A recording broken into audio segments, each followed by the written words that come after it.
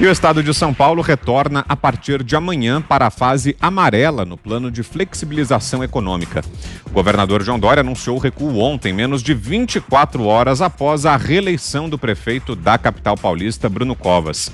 Na coletiva desta segunda-feira, o governador negou que houve motivação política e garantiu que a decisão foi tomada com base em dados do coronavírus no estado. Com a volta das 6 regiões, entre elas a capital paulista, para a fase amarela, lojas, shoppings, bares, restaurantes e academias voltarão a funcionar em horário reduzido até o dia 4 de janeiro.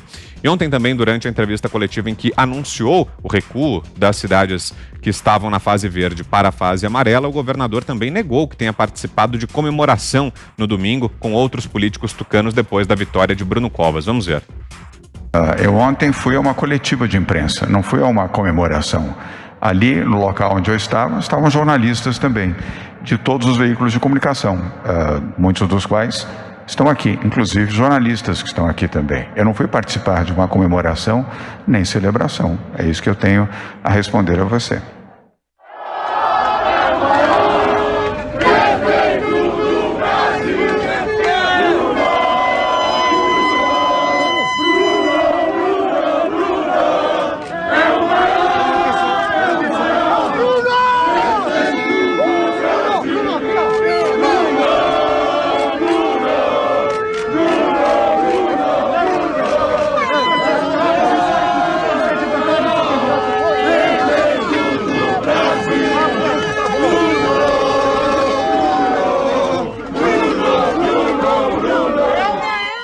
Ontem fui para você que está só nos ouvindo pelo rádio, nós exibimos na sequência, depois dessa fala do governador dizendo que não participou de comemoração, exibimos uma imagem dele caminhando de mãos dadas com o prefeito reeleito Bruno Covas, os dois de máscara, em frente a uma multidão, uma aglomeração que carregava bandeiras e fazia uma caminhada ali em festa depois da reeleição de Covas. Augusto. Se isso não é uma festa, não sei o que é. E muito legítimo. Você está festejando a vitória do seu candidato. Agora, não pode tocar a mão, né? Não é isso? Eles não recomendam, entre outras. Pois não pode ficar segurando a mão do outro. Isso aí é contra as normas básicas aí do distanciamento social. Eu acho o seguinte, então essa conversa de a gente só ouve a ciência e a medicina, né? Ciência e a saúde. Só que você, de vez em quando, ouve tardiamente, né? Depois da eleição. Por exemplo, a voz soa antes, mas só chega aos seus ouvidos, a voz da ciência, mais tarde.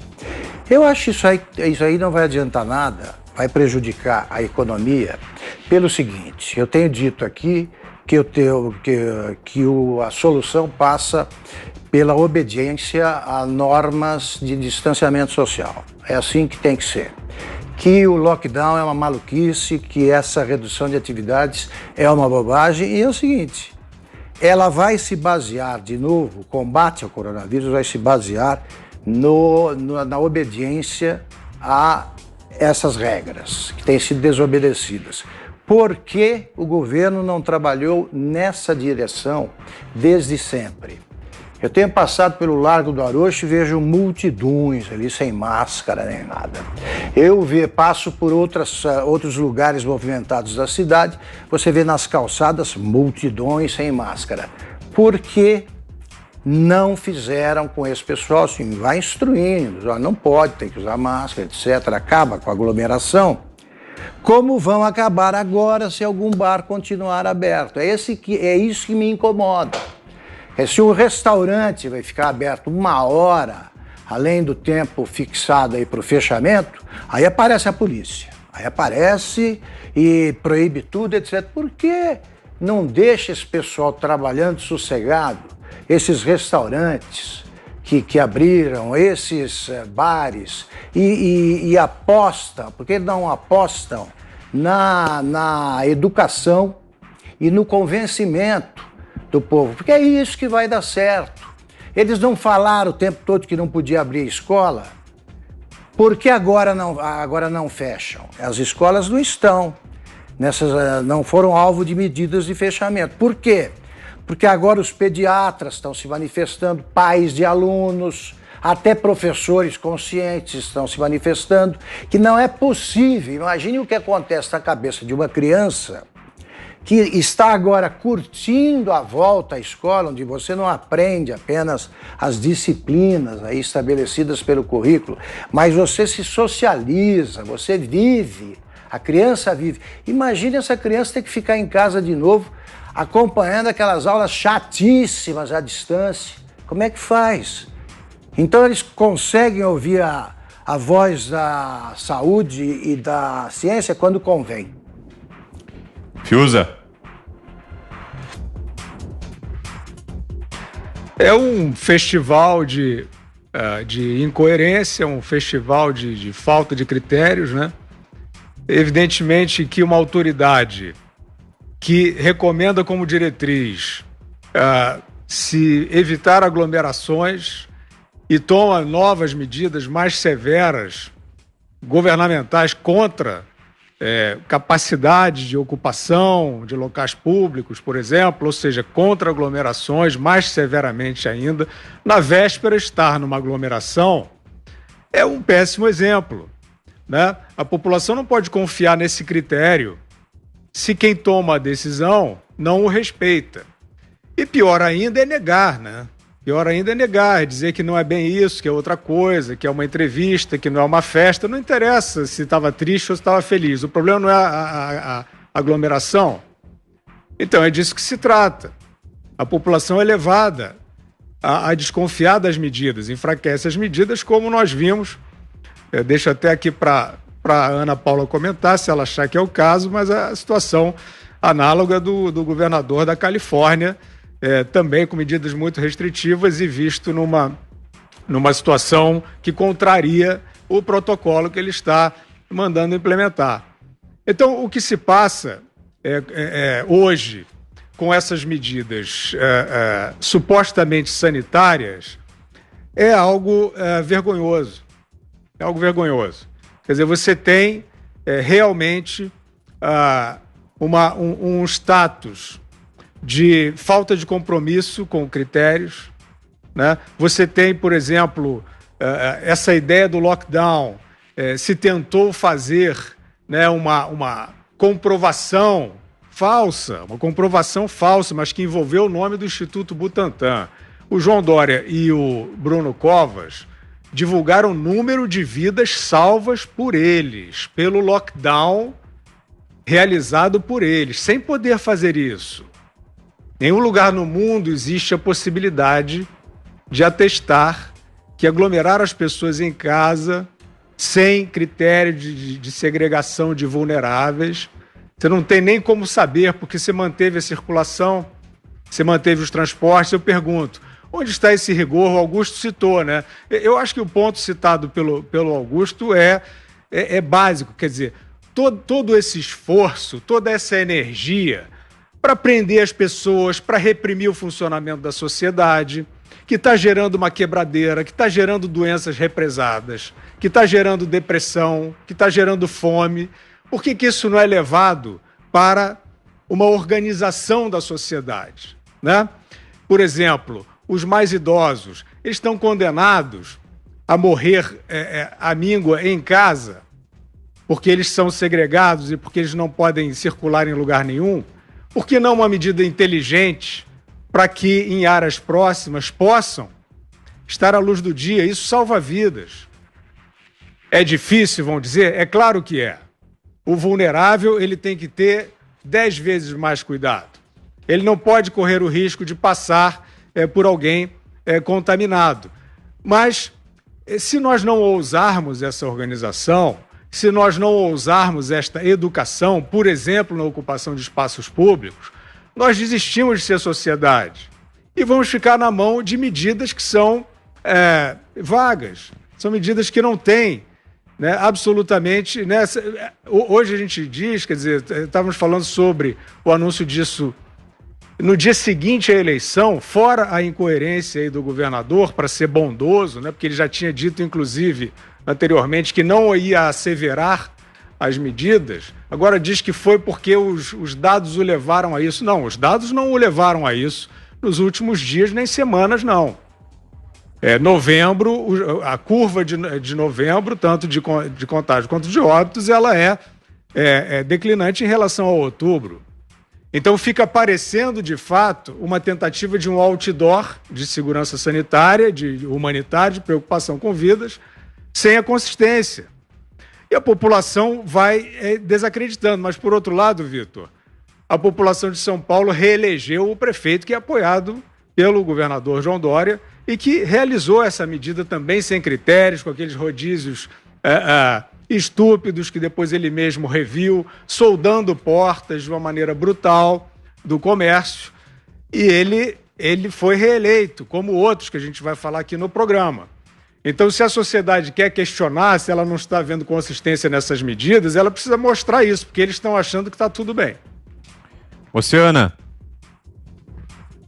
Pegar o gancho aí do Fiuza em relação ao governador aqui da Califórnia, né? Como nós reportamos semana passada, ele que agora assinou mais uma ordem executiva aqui na Califórnia para fechar tudo, o estado todo está fechado.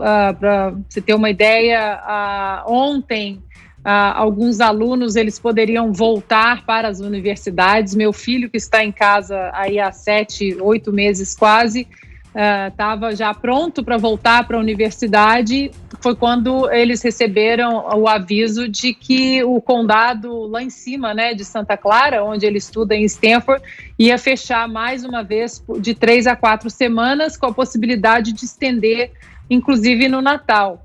E isso acabou sendo seguido por todo o estado da Califórnia, mas enquanto isso, o governador da Califórnia foi aí num dos restaurantes mais caros dos Estados Unidos, Vitor, não só da Califórnia, mas dos Estados Unidos, com mais 12 pessoas ali na mesa, num ambiente fechado, porta de vidro fechada. As fotos mostram ninguém usava máscara, não havia distanciamento, todas as cadeiras ali muito próximas da mesa.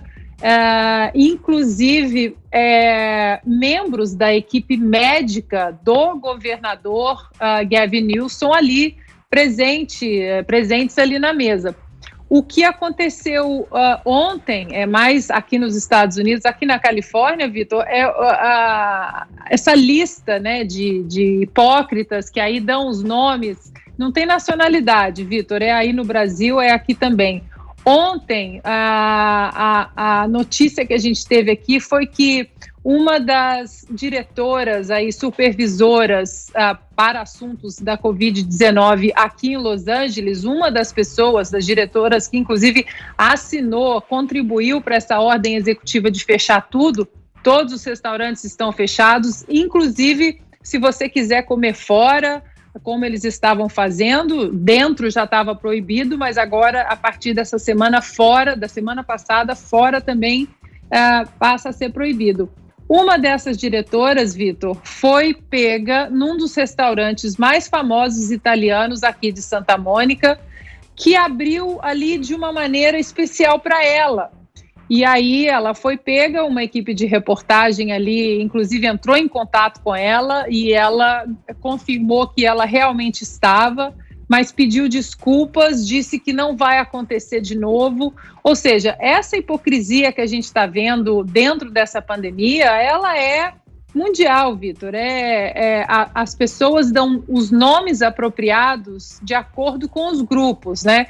Se é algum grupo que você precisa atacar politicamente, aí você dá o nome de aglomeração, como antes da campanha presidencial aqui dos Estados Unidos, os comícios de Donald Trump eram chamados de aglomerações mortais, aglomerações perigosas, que as pessoas espalhariam o vírus para os familiares, para os idosos em casa, que eram assassinos em potencial, assim que a imprensa chamava as pessoas que atendiam os comícios do Donald Trump, comícios que inclusive chegaram a ter 30 mil pessoas, mas logo depois aí da vitória declarada de Joe Biden pela imprensa, milhares de pessoas foram às ruas, mas aí também já não era mais aglomeração, aí já era festa da democracia, aí já era a beleza da virada democrata. As coisas mudam de acordo com a narrativa que precisa ser empurrada, com a falácia que precisa ser empurrada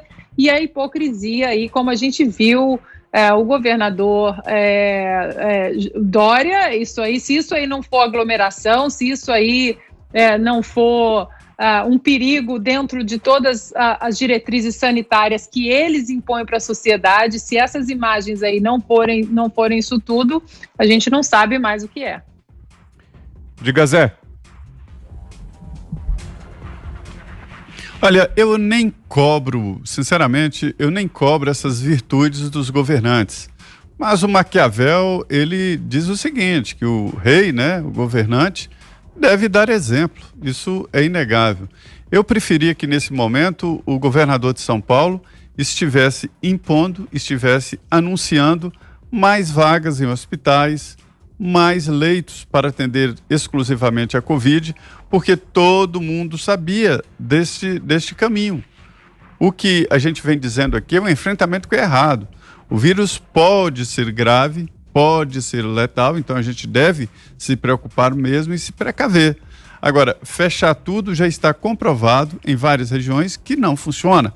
Em São Paulo está acontecendo o que aconteceu no Amazonas. Um senador me chamou e me mostrou os dados lá do Amazonas, o seguinte: logo no início da pandemia, todos se fecharam, a situação caiu. Aí os trabalhadores não podiam ficar em casa, não podiam fazer parte desta tropa fica-cainzista, né? Então o que acontece? Eles tiveram que pegar o coletivo, tiveram que sair, né? E foram contaminados. Enquanto isso, os que tinham dinheiro ficaram em casa e agora eles tiveram que colocar o pescoço para fora, porque não há como ficar 8 meses, não há como fazer isso, né? Alguns que tinham mais dinheiro ficaram. Eu tenho amigos que até hoje estão isolados. Eles têm lá as suas razões, né? São debilitados e tal, são grupo de risco e tal. Eles podem ficar, mas não por uma imposição do Estado. Não é assim que funciona. A minha conclusão é de que ninguém mais leva o povo a se isolar, como ali no início da pandemia, jamais. E o combinado era de que o povo faria esse exercício de ficar em casa e o governo deveria fazer a sua parte, qual que era? Aumentar os leitos. Eles fecharam os hospitais de campanha, né? Aliás, só para completar, está na hora da gente começar a cobrar, né? Porque tem prazo de validade até para isso. As promessas. Dezembro seria o mês do começo da vacinação em São Paulo.